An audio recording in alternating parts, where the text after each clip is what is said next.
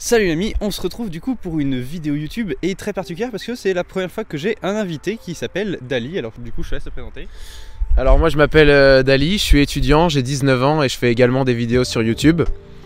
Voilà, je fais du foot, du sport et globalement je m'intéresse au dev perso comme on aime le dire. Donc voilà, j'ai l'honneur d'être sur cette chaîne, c'est un plaisir Tanguy. Ok. Du coup tu retrouveras directement dans la description le lien sur sa chaîne, mais je te le mettrai aussi dans un petit i avec une de mes vidéos préférées sur sa chaîne, comme ça tu verras mes préférences, il y a du contenu de qualité. Bon, alors sur le truc qu'on a fait, parce que je propose qu'on est bien, il y a du soleil, il y a de la pluie, on est en Bretagne, franchement c'est un putain de kiff, et l'occasion était de parler un peu de certaines choses, donc par exemple notamment tes projets sur YouTube, quelles sont les choses que tu as plutôt envie de faire, de développer au niveau de ta chaîne. Et puis après on fera d'autres questions. Très bien, alors c'est une bonne question qui est pas forcément évidente. Sur YouTube, j'aimerais orienter mon contenu un petit peu plus sur de la qualité.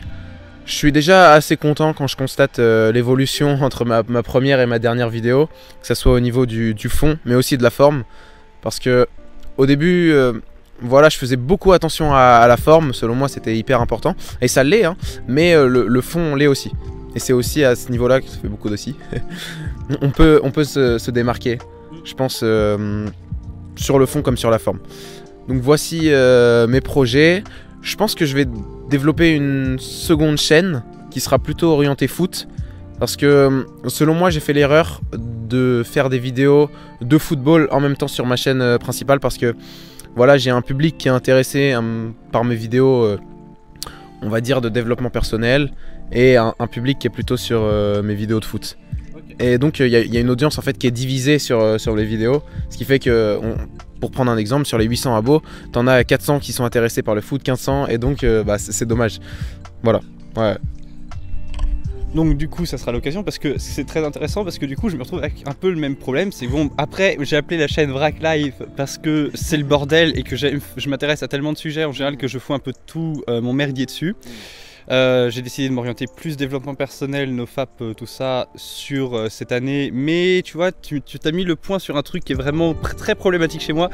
C'est que pour le coup, la forme, c'est dégueulasse sur ces derniers temps. Et depuis le début de cette année, depuis l'arrêt du défi des une vidéo par jour, j'ai eu ce problème de chercher quelque chose de nouveau et de refaire un truc et de me concentrer sur la forme. Mais je me suis un peu fourvoyé et en fait du coup j'ai pas fait de vidéo. Ça c'est un énorme problème.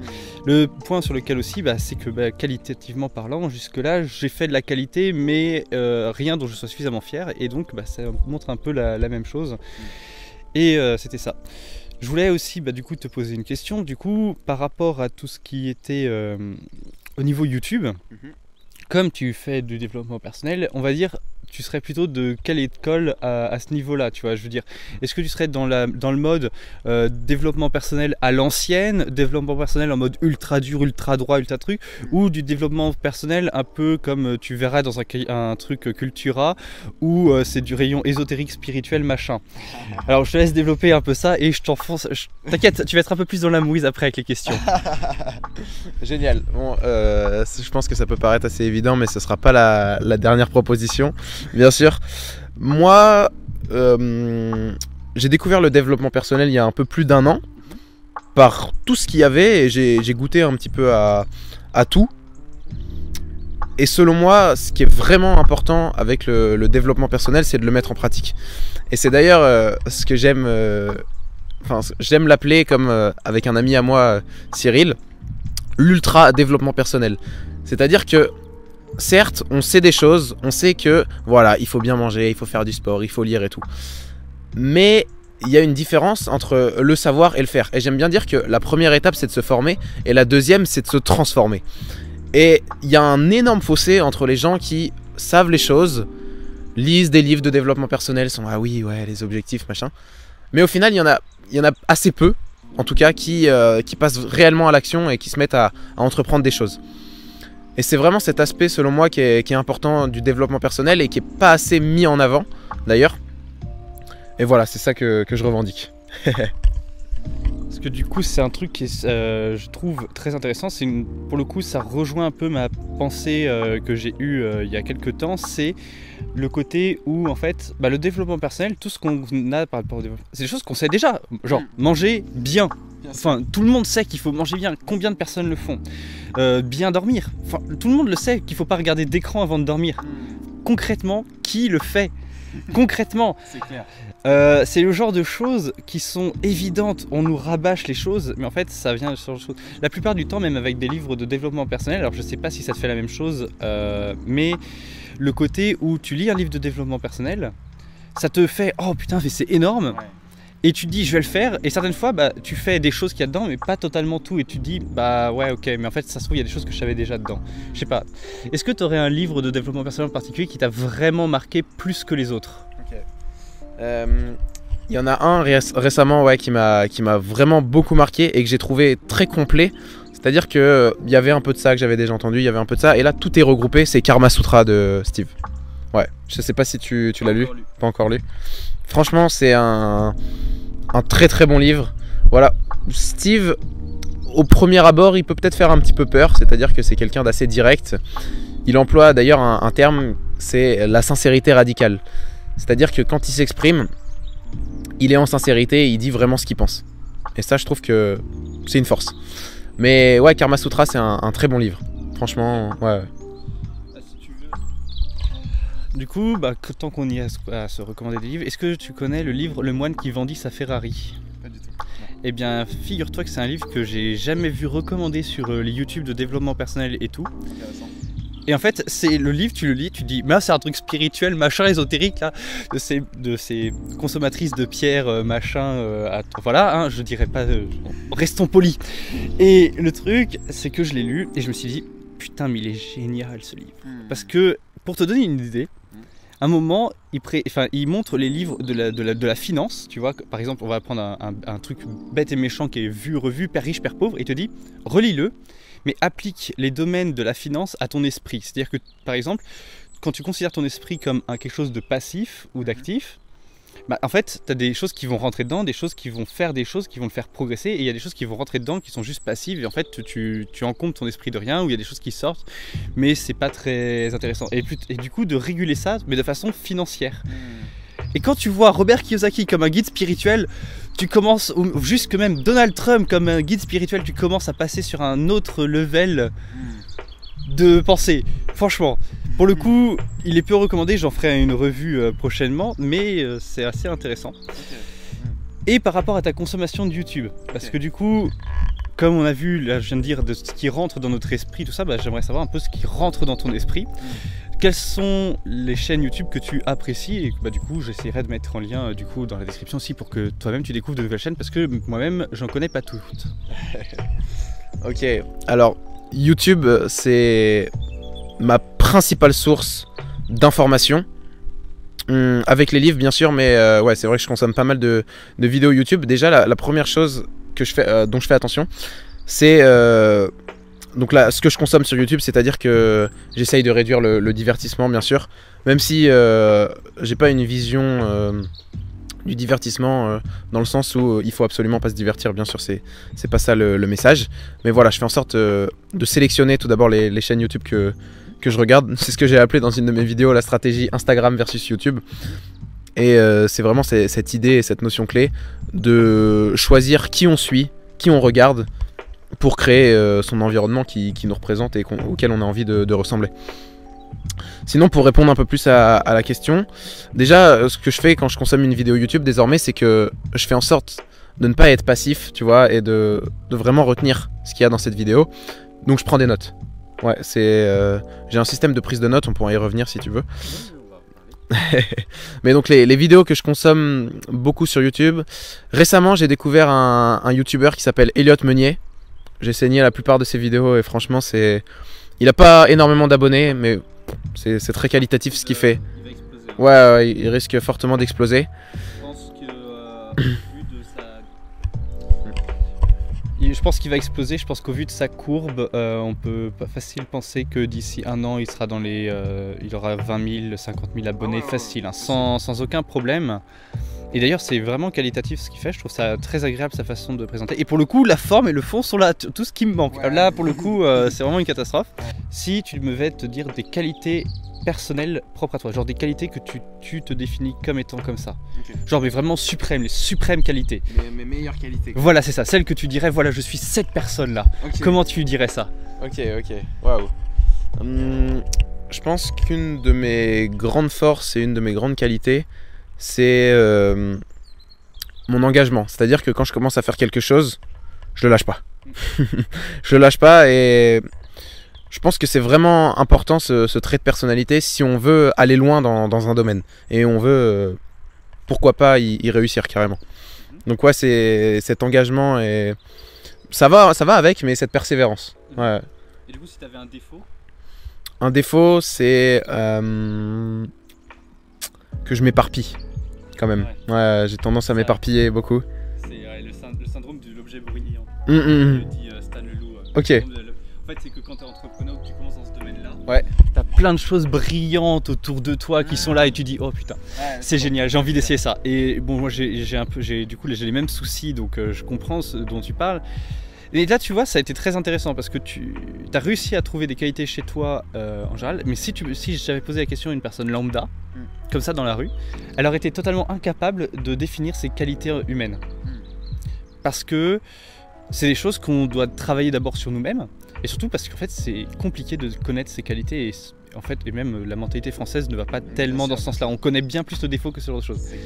Et du coup, bah ce problème-là, en fait, il est retourné dans l'autre sens quand il s'agit d'autrui. Souvent, quand on veut parler d'une personne qui ne nous a pas fait de mal ou qui a pas fait de genre, qui est neutre vis-à-vis de nous, eh bien, on va difficilement y trouver des défauts parce qu'elle est neutre. J'ai bien dit neutre, hein. Si elle est négative, c'est facile de trouver, mais c'est plus facile dans ce sens-là. Et donc, en fait, c'est le même problème que tu as du coup avec YouTube. C'est plus difficile de trouver des défauts. Bien sûr. Ouais, c'est un petit peu ça. Et pourtant, on en a besoin aussi dans l'autre sens. Autant qu'on a besoin de donner nos qualités à nous, on doit aussi identifier des défauts chez les autres. Ouais. Parce que comme ça nous permet de faire de la nuance en fait. Bien sûr. Et pour moi, c'est le truc qui me pose le plus. Enfin, c'est l'une des raisons aussi pour laquelle je réussis pas aussi bien sur YouTube ou TikTok, quoi que ce soit. Parce que j'ai du mal à rentrer dans ce schéma-là.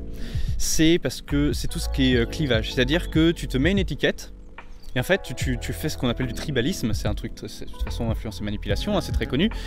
Et en fait, le problème de ça, c'est que, en fait, c'est une idéologie, on devient un peu stupide. C'est-à-dire qu'en fait, on refuse de critiquer sa propre truc, et puis on fait ce genre de choses. C'est-à-dire que, moi, c'est mon problème, c'est que du coup, j'ai toujours envie de nuancer.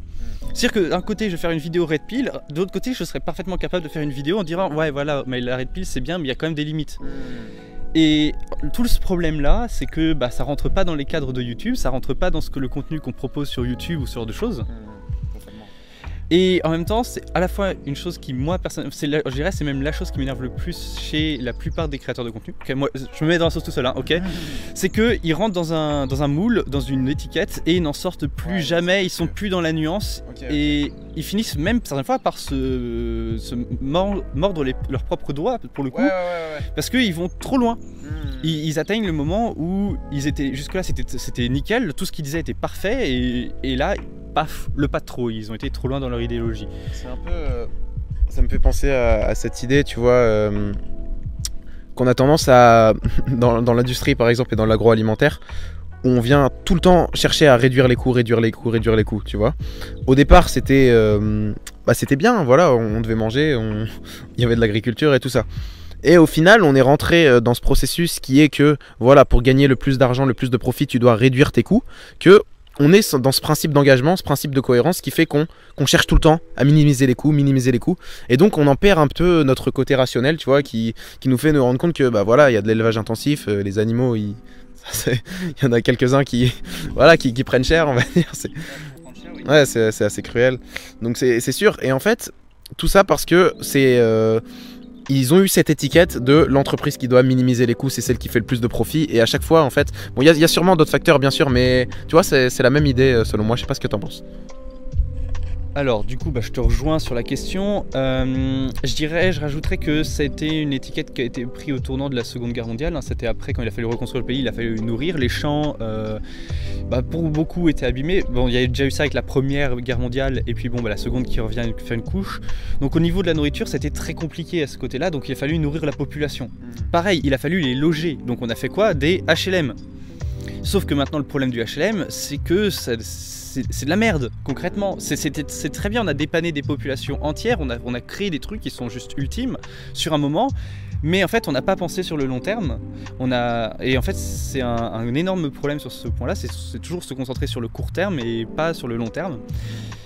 Et même du coup, tu as montré le point de vue des industriels pour minimiser la dépense pour maximiser le gain. Donc, mais en fait paradoxalement c'est aussi ce que fait le consommateur. C'est-à-dire que globalement, ce que font les gens, c'est qu'ils vont toujours essayer d'acheter le moins cher possible. Parce que, et c'est un énorme problème, c'est qu'ils achètent moins cher, mais au bout d'un moment, ça le fait pas. Et quand les prix augmentent, les gens se plaignent ou ce genre de choses, mais c'est normal que les prix augmentent au bout d'un moment. C'est le phénomène de l'inflation, il y a des choses qui se passent dans l'économie.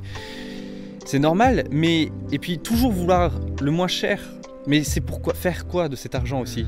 Parce que la plupart des gens ne se posent pas vraiment de la question de ce qu'ils vont faire du reste de leur argent. Pourquoi ils mettent leur argent là-dedans? Et quand on voit les coûts des animaux, donc c'est vrai que j'ai parlé de véganisme sur cette chaîne. Bon, personnellement, je ne suis pas du tout fan de tout ce qui est morale des esclaves et tout, et de culpabiliser par rapport à ça. Même si moi je considère que c'est mal, mais c'est pas parce que moi je considère que c'est mal qu'une autre personne le considérera comme tel. J'applique juste en fait ma morale à moi-même. C'est mon credo. Et le coup, pour l'occasion, c'est vrai que de mon point de vue, c'est vrai que les animaux, ils en pâtissent complètement. Hein. Mais ouais, pour le coup, c'est pas ce que je parle d'habitude sur la chaîne. J'aborde le véganisme plus dans l'aspect nutrition avec le défi des 30 jours jeûne intermittent, vegan et diète cétogène. C'était assez violent, ouais. J'ai carrément pris cher, mais tu vois, j'aime bien voir ce côté-là. C'est pour ça que par exemple, tu vois, je t'ai présenté la chaîne de Blouson au sommet, et je trouve que de toutes les personnes qui parlent de véganisme sur YouTube, en tout cas dans la sphère francophone, c'est le meilleur, tu vois. Bon, en plus j'ai eu la chance de le rencontrer et on a fait une vidéo ensemble. Bon, clairement elle est un peu orientée, hein, mais c'était très drôle à faire. Mais ouais, c'était une occasion, et oui. Le coup de toujours voir dépenser moins, le problème c'est que ouais. Et c'est de l'occasion, c'est ce que je remarque aussi parce que du coup forcément je fais des formations. Donc quand je propose une formation, je réduis déjà pas mal les prix parce que instinctivement je me dis allez je réduis les prix. Mais en fait ce qui se passe c'est que les gens à chaque fois disent c'est trop cher, tu vois, il y aurait 1 euro que ça serait trop cher. Alors qu'il y a des mois de travail derrière, il y a des putains de mois de travail à faire des putains de recherches, et 1 euro tu dis ah non c'est trop cher, ah c'est pas possible, non mais c'est d'un frustrant. Et même les personnes qui vont dire non mais ça va, un iPhone ça coûte 1000 balles, mais c'est pas grave, allez de l'alcool en bar c'est pas grave, mais par contre allez je vais m'acheter des œufs, je vais prendre le premier prix. Ouais bien sûr, après tu vois tout est une question de choix, et c'est un mode de vie, c'est un lifestyle. Moi, j'ai pas comme objectif, tu vois, de cracher un peu sur ces gens-là. Ils font, bien sûr, c'est pas le but.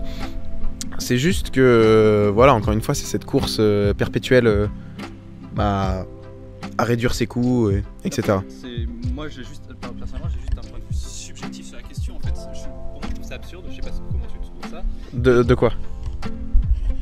Disons que moi je trouve la façon de ces personnes et leur choix absurde, mais c'est parce que je vois ça avec mon propre prisme de pensée. Mais d'un autre côté, je pense que si je me mets dans leur peau, je suis un putain d'extraterrestre. Non mais se lever à 5h du matin, déjà que quand je dis ça sur TikTok, il faut bien voir, je le dis à un moment sur TikTok, se lever à 5h du matin, il y en a ils me prennent pour un fou.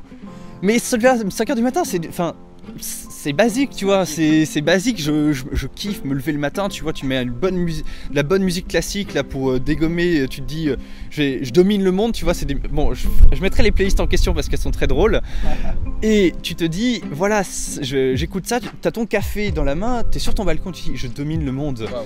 Ils sont tous en train de dormir, bon, ok, hein, j'exagère un petit peu le côté, mais c'est vraiment comme ça, et je pense que je serais pris pour un extraterrestre.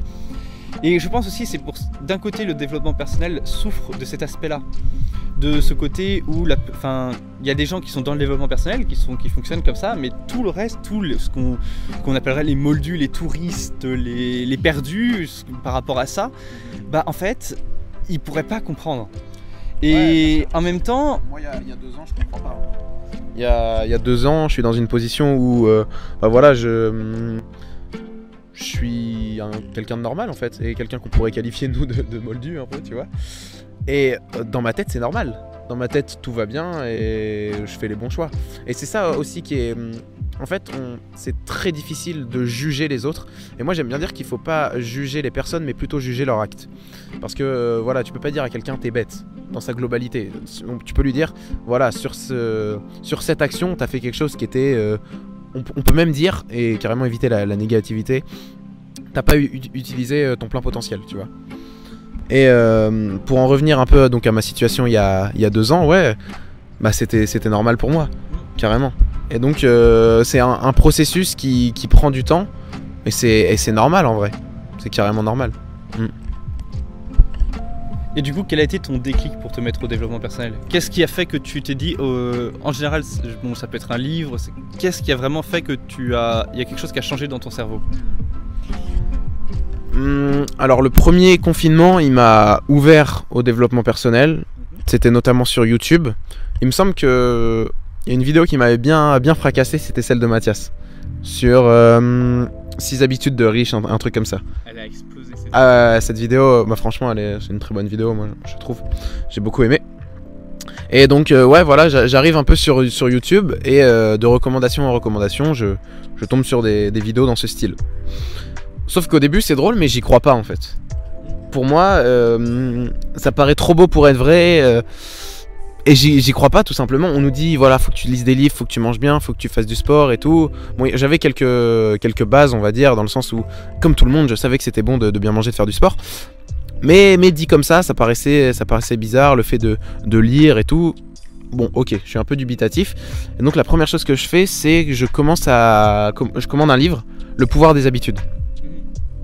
Et c'est le premier livre de dev perso que j'ai lu, et c'est celui qui m'a clairement retourné le cerveau, quoi. Ouais, carrément. Donc c'est comme ça, c'est... Le confinement, je le remercie, franchement, parce que sans ça, j'aurais pas eu l'occasion d'avoir autant de temps pour moi et de découvrir sûrement ces chaînes. Et c'est... En fait, dans le lycée, voilà, j'étais le gars qui allait au coin fumeur et tout, parce qu'avant je fumais. Et s'il n'y avait pas eu le confinement, j'aurais pas su me détacher de ces fréquentations et de ces mauvaises habitudes que j'avais. Et donc le confinement, ça m'a permis de faire une sorte de reset, dans le sens où j'ai pu reconstruire. Et c'est drôle parce que depuis ce confinement, bah voilà, mes anciens potes, je les vois beaucoup moins. Et l'entourage, c'est clair et net que ça a un énorme impact. Donc voilà. Alors pour le coup, je trouve ça hyper amusant. Alors du coup, on reparlera du coup peut-être de ton addiction à la nicotine si tu le souhaites, sur ta facilité toi à t'en sortir et les stratégies que tu as utilisées pour faire ça. Parce que c'est super intéressant. Je parle toujours d'addiction comportementale sur cette chaîne, mais à des substances. Bah, comme moi, j'ai pas eu de substance particulière à addiction, bon le sucre, mais je parle vraiment de trucs habituels. J'en ai pas spécialement parlé, mais ça va être l'occasion d'en discuter. Alors par rapport à ça, le côté développement personnel, ça me fait... Enfin, j'ai fait à la fois le même chemin que toi et à la fois le chemin inverse. C'est-à-dire que j'ai découvert le développement personnel en fait à un moment où, dans une phase critique, on va dire que j'étais à la fin d'un couple qui était vraiment une catastrophe. Je découvre le livre Miracle Morning de Hal Elrod, tu vois, je l'achète, je le prends, je le lis pas. Je me dis ouais, mais en fait c'est de la merde. Rupture. Sur les rotules, je finis en PLS dans mon lit, je continue, bon, l'alcool coule à flot, je vais même particulièrement mal. Je suis dans ce qu'on appelle un tourbillon d'autodestruction absolue, scarification et compagnie. Ah oui, j'ai vraiment sombré par rapport à ce moment-là. Et en fait, il y a un moment où je me dis, putain Tanguy, arrête d'être une merde, tu vas crever comme ça tu vas t'en vouloir, tu vois. Tu vas crever comme un sombre déchet. Alors ok, c'était clairement ce que j'étais à ce moment-là. Et du coup je me dis allez, c'est pas possible, je me prends. Et là je prends le livre, je le lis, et je lis, et je lis, et je me dis putain de bordel de merde. Et là je commence à repartir sur le chemin et là je me sens super bien. Et en fait, en continuant sur cette lancée d'amélioration de moi, j'ai commencé à me mettre au végétarisme, puis au véganisme. Et là, avec le véganisme, il y a un truc qui a shifté. Il y a un truc qui est passé dans mon cerveau, c'est-à-dire que j'ai consommé du contenu de vegan sur internet, du GMDO, tout ça, donc je sais pas si tu connais. Non. Ok, donc c'est plutôt de la bonne morale d'esclave des familles. Ah, ok. Et en fait, je finis par adopter ce point de vue-là. Et ce qu'on peut appeler... Critique envers les autres. Ouais, c'est ça. C'est-à-dire qu'en fait, on doit faire plier les autres à sa morale. Parce que ce qu'ils font, c'est mal et nous, ce qu'on fait, c'est bien.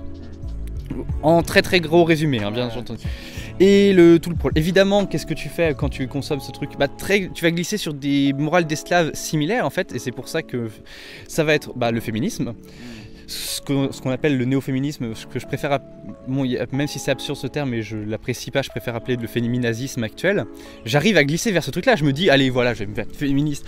J'ai honte, hein. C'est la première fois que j'en parle, j'ai vraiment honte de cette partie-là de ma personne, mais faut assumer jusqu'au bout, la sincérité radicale. Exactement. Le côté ensuite, pareil, il y a tout le côté antiracisme, tout ça. Je commence à glisser, et là il y a le mouvement des gilets jaunes. Et là je fais putain, c'est pas possible, cette société de merde, on va la faire plier, on va révolter, tout ça, on va changer la nouvelle constitution, tout ça. Je change comme ça, tu vois.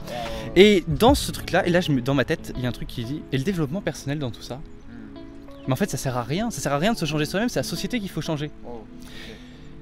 Et là, blim, rechangement de truc, t'imagines quand même, t'imagines le mental, et là c'est une catastrophe, et je me vois, et pour le coup c'était vraiment une des pires années, parce que tu peux pas te sentir bien dans ta peau quand t'es comme ça. Dépression et trucs comme ça, et je comprenais pas, et tout ce qui n'allait mal chez moi, en fait, j'accusais la société, j'accusais les autres. Et c'est pour ça que je comprends je comprends, non, c'est pour ça que je connais ce que vivent du coup ce qu'on appelle le progressisme, parce que j'étais dedans à un petit passage. Et du coup, je comprends comment il fonctionne. Après, maintenant, je pourrais plus du tout accepter ça pour ma personne, mais je comprends. Et en fait, à un moment, j'ai dû aller bosser en usine. Bosser en usine, c'est une putain d'horreur. Du coup c'était vraiment, j'avais le job de merde par excellence, hein. Genre j'étais en 50 heures. Ah ouais. Ah ouais, c'était ça. Et là il y a le livre, du coup j'ai le livre Père riche, Père pauvre, et je me dis putain, plus jamais de ma vie je vais bosser dans cette usine. Bon, plot twist, 2 mois après j'y suis retourné parce que j'avais besoin d'argent, mais en tout cas j'y suis allé avec le cœur léger, parce que je me dis ok, si je travaille là c'est pour gagner de l'argent, pour faire quelque chose avec un vrai projet derrière. Okay. Mais ouais, c'était un vrai déclic, et je trouve ça hyper intéressant de voir ce genre de choses. C'est que en fait j'ai vraiment fait le palier, et finalement on se rend compte que dans le développement personnel il y a des personnes qui font le chemin aussi inverse. Qui en fait c'était vraiment dedans, et en fait sont partis parce que c'est dur. Ouais, ça peut paraître dur. Après en fait le problème c'est que certaines fois pour certaines personnes en fait on se rend pas compte, mais c'est vraiment dur parce qu'il faut toujours être dans l'amélioration, et en fait le fait de pas voir les résultats, ça, il y a un truc qui pète. Ouais, c'est comme ça. Généralement ces personnes-là vont finir par y retourner, mais en fait pendant un moment elles ont besoin d'abandonner ça. Ouais, de lâcher. Et c'est généralement avec une meilleure verve, reprennent et sont encore plus déterminés que les autres. Bon, du coup, l'un l'avait dit, on allait parler de ton addiction à la nicotine. Du coup, si tu peux dire un peu comment tu as pris conscience de l'arrêt, de ton besoin d'arrêter la cigarette, des stratégies que tu as mis en place, de ce qui n'a pas fonctionné, ce qui a fonctionné un peu, et du coup, pareil, commence du coup à évoluer, d'être un peu plus précis sur ta relation avec les autres fumeurs à ce moment-là. Carrément. Je vais vérifier si ça tourne encore. Ok. Parce qu'il y a une limite des 30 minutes. Ah ouais? Ouais, pas la faire sauter? Ça tournait plus. J'espère que ça faisait pas trop longtemps. Truc, ouais. C'est pour ça, tu vois, j'ai bien fait. Ouais, on parle beaucoup là. Ah oui, c'est pas une de bavard. Ouais, non, mais c'est pas grave. Ça dépend la vidéo qu'on veut proposer. Ok. Oui. Bon, pour revenir donc à mon addiction à la nicotine et mon ancien statut de fumeur, en fait, quand j'arrive au lycée, on est en seconde. Faut savoir qu'avant j'étais en sport-études, donc j'étais vraiment pas du tout confronté à ça en fait. C'était juste, j'allais à l'école, je faisais du foot, et j'étais avec des potes qui faisaient aussi du foot et qui allaient à l'école. Donc voilà. Et j'arrive au lycée, il y a un coin fumeur et tout, et j'ai beaucoup plus de similitudes avec ces personnes-là, c'est-à-dire que voilà, au niveau style vestimentaire, que ça soit ce qu'on écoute comme musique, tu vois. Ouais, beaucoup de points communs. Ouais, un petit peu, carrément, carrément. Donc voilà, je commence à aller ce qu'on appelle au coin fumeur. Et bah, je fume mes premières cigarettes, tu vois. Et à ce moment-là, j'avais pas mal d'amis donc qui fumaient déjà. Évidemment, ça a eu un impact sur moi. Au début, j'en avais pas forcément conscience, mais voilà, l'entourage, surtout à ce niveau-là, que ce soit l'alcool, cigarette, c'est quelque chose. Hein. Donc c'est clair. Donc pendant cette période, en fait, j'ai jamais vraiment beaucoup acheté de cigarettes. Moi, j'étais ce qu'on appelle le gratteur, tu vois. Le gars qui allait, qui avait rien et qui finissait par avoir. Je développais mes skills sociales en fait en même temps, tu vois. Demandez, vous recevrez, tu vois. C'est un peu ça. Voilà, donc seconde, première, je fume et je sais pas, t'as une moyenne de 5 clopes par jour, quoi. Ce qui reste assez léger pour comparer à des gros fumeurs.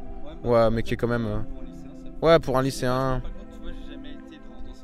En fait, c'est plus une moyenne parce qu'il y avait des soirées où t'en fumais 20 et il y avait des jours où t'en fumais 2, tu vois. Donc ouais, c'est une moyenne sur 2 ans. Exactement. Même si ça m'arrivait de temps en temps d'en acheter, bien sûr. Plus jamais. C'est trop cher. C'est fou les prix là. Waouh. Moi quand je fumais, c'était à 7,50€, 8€. Je crois que c'est à 10 balles là. Au moins. Ouais. Donc c'est fou. Bref. Et quand j'arrive en terminale, là. Voilà, je suis en mode. Et en fait, faut savoir que quand j'ai commencé à fumer, j'étais toujours en mode. Ouais, bon, je commence, mais je vais arrêter. Hein. Et ma mentalité, c'était. Je fume pendant ma jeunesse. J'en profite. Sauf que tu te rends compte que. D'une, c'est peut-être pas la meilleure manière de profiter, c'est même sûr. Et ensuite, c'est que ta jeunesse, elle s'arrête jamais. 25 ans, waouh, je suis encore jeune, tu vois. Donc tu t'arrêtes jamais.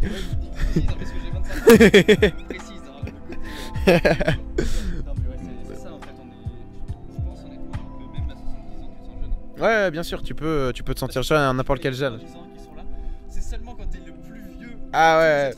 Là, il y a tu plus. Ah non, c'est bon, je suis vieux là. C'est clair, c'est clair. Donc voilà, c'est ce que je me dis au départ. Bref, j'arrive en terminale, j'essaye d'arrêter, mais je vais toujours au coin fumeur, j'ai toujours les mêmes potes. Et c'est vraiment un travail de mon côté, quoi, tu vois. Et en fait, au début, je commence un peu à moitié. C'est-à-dire que je me dis, bon, j'arrête de fumer la semaine, mais j'ai le droit en soirée. Parce que c'était... il faut savoir que je sortais beaucoup en soirée.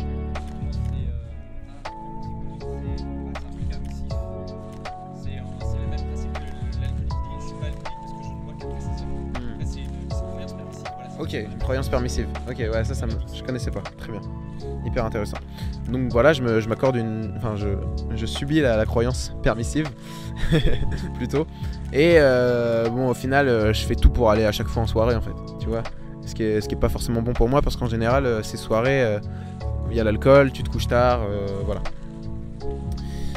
Donc ça marche pas, j'essaye de réduire, mais bof. Arrive un moment où je tiens pendant un mois. Mais je reviens en soirée et voilà, je retombe. Je dois refaire pareil encore, j'arrête 2 semaines, une nouvelle soirée, je recommence. Mais je suis dans cette démarche de voilà, faut que j'arrête. J'arrive pas, mais il y a quelques trucs. Je commence à comprendre comment ça marche et tout. Et bah c'est drôle parce que ma dernière cigarette, c'était le dernier jour avant le confinement, avant le premier confinement. Ouais. Donc pour dire à quel point il m'a aidé. Et ce qui a fait que j'ai réussi en fait pendant ce confinement, déjà c'est la suppression de la tentation. J'ai fait une vidéo où je passe une semaine sans me divertir. Et j'ai constaté que ne pas aller sur Insta c'était facile parce que j'avais supprimé l'appli en fait. Ne pas aller sur TikTok c'était facile parce que j'avais supprimé l'appli de mon téléphone. Par contre ne pas aller sur YouTube qui était sur mon ordi et qui était dans... Même que en fait je faisais du montage, donc j'allais sur YouTube, je prenais des vidéos et tout, et des musiques surtout. Et bah j'avais les recommandations et là c'était une tentation qui était énorme, tu vois. Et donc beaucoup plus dure, qui te prenait beaucoup plus de volonté. Et en plus la volonté voilà elle est pas infinie, donc elle est précieuse. Donc voilà, c'est pour ça que j'ai réussi en fait. La technique que j'ai mise en place, c'est au premier confinement, voilà, j'avais plus cet environnement que je pourrais qualifier, que je peux qualifier carrément de toxique. C'est-à-dire que j'allais plus en soirée, et d'ailleurs je vais plus en soirée, enfin ça doit faire... je sais pas, 2-3 mois que j'y suis pas allé, et quand j'y vais je rentre à 23h, tu vois. le gars relou, tu sais, mais moi ça me va très bien. Enfin qu'on pourrait... Je vais pas juger, au Nouvel An on s'est couché à 23h. Ah ouais. Ouais, 23h, 23h. Excellent. Donc voilà, c'est vraiment cette nouvel environnement, ce nouvel environnement. J'ai bah voilà, j'ai plein de potes que je fréquente plus. Parce qu'en fait, tu te rends compte que c'est tes potes de soirée avec lesquels tu bois et tu fumes. À part ça, bon, il y a beaucoup de discussions et tout, mais c'est vraiment ce truc qui nous lie en fait. Donc quand tu perds ça, il y a beaucoup de personnes, quand elles arrêtent de boire, au final, elles se rendent compte que bah, leurs potes, ils venaient chez eux juste pour boire, tu vois. Et que finalement, c'est pas des vrais amis. Donc ouais, moi au niveau de la sensation de la nicotine, après j'ai fumé pendant 2 ans et donc je sais pas si ça a joué ou pas, mais j'avais... C'est la molécule légale la plus addictive. Ouais, c'est fou ça. Ouais. C'est fou. C'est vraiment une catastrophe. Carrément. Mais non, jamais de la vie j'ai pensé à mettre des patchs ou des trucs comme ça. J'en ressentais pas du tout le besoin. Des tremblements ou des choses comme ça. Non, pas du tout. Ouais. Mais bah déjà j'ai senti au niveau de mes performances physiques qu'il y avait une grosse baisse. Ouais, c'est parce que du coup, en gros, avec la cigarette, il y a le monoxyde de carbone qui se fixe sur tes globules rouges. Ok. Donc en fait, il faut 24 heures pour récupérer des capacités respiratoires à peu près correctes, et puis une semaine après, c'est bon. En général, tu commences déjà à sentir vraiment. Ah, donc ce qui est assez rapide quand même. Non, ça, c'est pour les côtés de l'arrêt. Après, l'addiction, elle est toujours là. Oui, bien sûr. Bah, en général, on dit que on peut pas supprimer une mauvaise habitude en fait, et que le signal il sera toujours là, tu vois. Moi, quand j'arrive à une terrasse, bah forcément, ça revient en moi, tu vois. Mais j'ai changé cette... Tu vois, parce que c'est le processus de l'habitude, t'as le signal, la routine et la récompense, et l'objectif c'est de changer la routine. Parce que le signal il sera encore là. Du coup, c'est un peu la même chose, tu vois, pendant très longtemps au début par rapport à mon addiction au porno, tu vois, j'avais ça. C'est-à-dire qu'en fait, j'avais les deux, même là, tu vois, ma main qui se met en position pour taper les 2 premières lettres pour automatiquement y aller. C'est-à-dire que mon ordinateur est allumé, les 2 premières lettres se classent. Tu vois, j'ai le réflexe là, tu vois la main qui prend la position pour les 2 lettres. C'est une putain de saleté et c'est vraiment, et même on peut pas totalement s'en passer. Et est-ce que du coup tu t'es rendu compte que t'es peut-être parti sur d'autres addictions ou pas, ou t'es vraiment passé à autre chose complètement, genre t'as pas eu de l'envie de partir sur des grignotages avec du sucré ou du salé ou des choses comme ça? Non, franchement ça allait. Si je l'ai remplacé par une autre addiction, je dirais que c'est le sport. C'est le sport, tu vois. Ce qui arrive hein, d'ailleurs, il y a certaines personnes qui transforment une mauvaise addiction en une bonne. Même si ça... Ouais, c'est compliqué à dire, c'est sûr, parce que le sport avec excès et toute addiction a un côté qui reste dangereux en fait, parce que t'es pas maître totalement de toi-même. Ouais. Bah pour le coup, pour rebondir sur l'addiction sport, c'est un truc qui est très intéressant. Personnellement, je kiffe le sport et je me sens mal dès que j'en ai pas, tu vois. Mais le côté aussi l'addiction au sport en fait, elle est dangereuse surtout socialement. Paradoxalement, dans la plupart des cas, c'est que tu fais du sport seul, par exemple la musculation, tu vois. Et socialement, du coup, on a tendance à s'isoler, on va commencer à préparer la bouffe parfaitement à côté. On va arrêter de sortir, on va arrêter de boire de l'alcool. Et du coup, certaines fois, socialement, on se prive vraiment des choses. Et après, bah pareil, la musculation, tu vas essayer de donner toujours plus loin, et tu vois, il y a des personnes qui finissent avec des rabiomyolyses, donc en gros des brûlures, enfin les muscles qui se détruisent, et en gros les reins qui sont complètement flingués avec tous les tissus qui sont évacués dans le sang, tu vois, c'est une catastrophe certaines fois. Et quand on parle d'addiction, ouais, pour le coup, l'addiction sport, ça peut être vraiment violent pour certaines personnes. Ouais, c'est vrai. Mais oui, bon, vaut mieux partir sur une bonne... Pour le coup, on peut plus parler de bonne habitude par rapport au truc, avec un petit côté addictif quand même, mais pas les conséquences négatives qui sont par rapport à ça. Enfin, tu t'es pas allé jusqu'à te blesser vraiment comme un taré. Non, pas du tout. Et je rejoins... c'est un peu cette idée, moi, que j'aime bien, tu vois, du bouddhisme. C'est-à-dire que tout est dans le juste milieu, en fait. Et bah, ça marche pour tout. Clairement, si tu vas un petit peu trop dans le côté extrême du sport, bah voilà, tu finis par avoir des démangeaisons qui fait que tu peux plus t'en passer, et tout ton quotidien est orienté sur ça. Donc ouais, c'est vraiment l'importance de trouver ce juste milieu, carrément. Ah, du coup, le livre Le moine qui vendit sa Ferrari, il devrait te plaire. Je te le passerai, parce que pour le coup, il est juste ouf sur ce côté-là.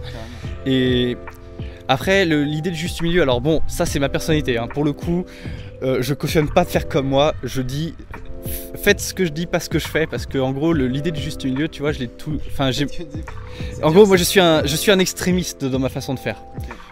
Je peux. tout ce que je le fais à l'extrême, mes méthodes de pensée sont extrêmes, mais ce que j'applique à moi-même c'est extrême, et en fait, bon, en faisant comme ça, j'arrive à atteindre le juste milieu, tu sais, c'est le principe des barycentres, en mathématiques, tu vois, au bout d'un moment, quand tu touches deux extrêmes qui sont vachement opposés, au bout d'un moment, tu arrives à toucher le milieu, tu vois, parce que tu compenses d'une certaine façon, mais je recommande pas de faire comme moi et d'être aussi con, franchement. L'avantage de ça, c'est que des fois, ça permet d'aller beaucoup plus loin que ce qu'un individu normal ferait. Mais en général, j'en paye toujours les pots cassés. Tu vas voir le vlog dans les Pyrénées, voilà, j'en étais beaucoup trop extrême avec Alexis. Et voilà, ça, les pots cassés, voilà.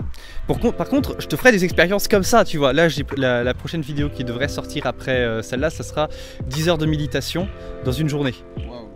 Elle n'est pas encore tournée, hein, faut que je le fasse. Oh là là, ouais, je me lance parce que comme ça. Engagé, là. Ah ouais, je me suis engagé, je vais le faire. 10 heures de méditation, sachant que mon record actuel c'est une demi-heure. Hein. Wow. Ça va être violent. Ah, moi ça doit être 1 heure. Ah oui, 1 heure, putain la vache. En fait, pour la petite anecdote, j'ai tourné une vidéo qui s'appelle Nothing With Me. Mais en fait, bon, c'est pas vraiment de la méditation, tu vois, mais le principe c'est de rien faire quoi. Et tu fais rien du tout pendant ta journée? Ouais, non, pas toute la journée, c'était juste un Nothing With Me de 30 minutes, tu vois. Où j'encourageais les gens à le faire avec moi pour. Parce que tu sais, c'est de rien faire. De s'asseoir et de rien faire. Donc c'est pas la même chose que la méditation bien sûr, mais la difficulté est la même on va dire, tu vois. Et j'avais fait 1 heure à la plage et ça n'avait pas filmé. Ah, bon, dommage pour la plage. C'est comment, c'est un de la bande du barbare civilisé là, comment il s'appelle, je me souviens plus, qui a fait ça par rapport au divertissement pascalien. Ah, Paolo. Ouais, Paolo, c'est ça. Paolo. J'arrive jamais à me retenir son prénom, mais ouais, c'est ça. Je pense que je lancerai aussi ce défi-là parce que. 24 heures sans divertissement, c'est ça? Ouais, j'ai envie de tenter même la version encore plus violente, 7 jours sans divertissement. Ok, bah moi tu vois. Mais c'est pas pour tout de suite. Hein. Là, je prends pas l'engagement. Tu sens que je flippe. C'est pas pour tout de suite. Déjà parce qu'il y a mes cours qui arriveront à la rentrée, parce qu'il faut que je produise des vidéos YouTube parce que j'en ai clairement pas assez produit. Mais je le ferai. Hein. C'est certain, ça sera fait. J'aime bien ce côté extrême un peu quand même. Je le ferai forcément, c'est obligatoire que je le fasse. Je pense que dès que j'ai fini mon premier semestre de cours, je le fais. Ok. Voilà. T'es conscient que pendant cette semaine, c'est vraiment aucun divertissement, c'est-à-dire que ce qui occupe ton cerveau. Oui, ouais. C'est-à-dire qu'en gros, je vais préparer mes repas à l'avance. Pour que ce soit des trucs comme ça. Et il y a quand même droit au livre ou pas? Non. Ok, ouais, pas le droit au livre. Le livre, c'est du divertissement. Ouais, bien sûr. Tout ce qui t'empêche de penser à ta propre. Ouais. Oh là là. Donc c'est ça au sens pascalien, c'est ça que tu dis. Ok, voilà. Ouais, carrément. La politique, c'est du divertissement. Le développement personnel, pour le coup, c'est du divertissement. Ouais, bien sûr. Ça peut même le devenir fortement d'ailleurs. Ouais, à certains moments, moi je trouve que t'es en mode ah ça fait du bien d'entendre ça, tu vois.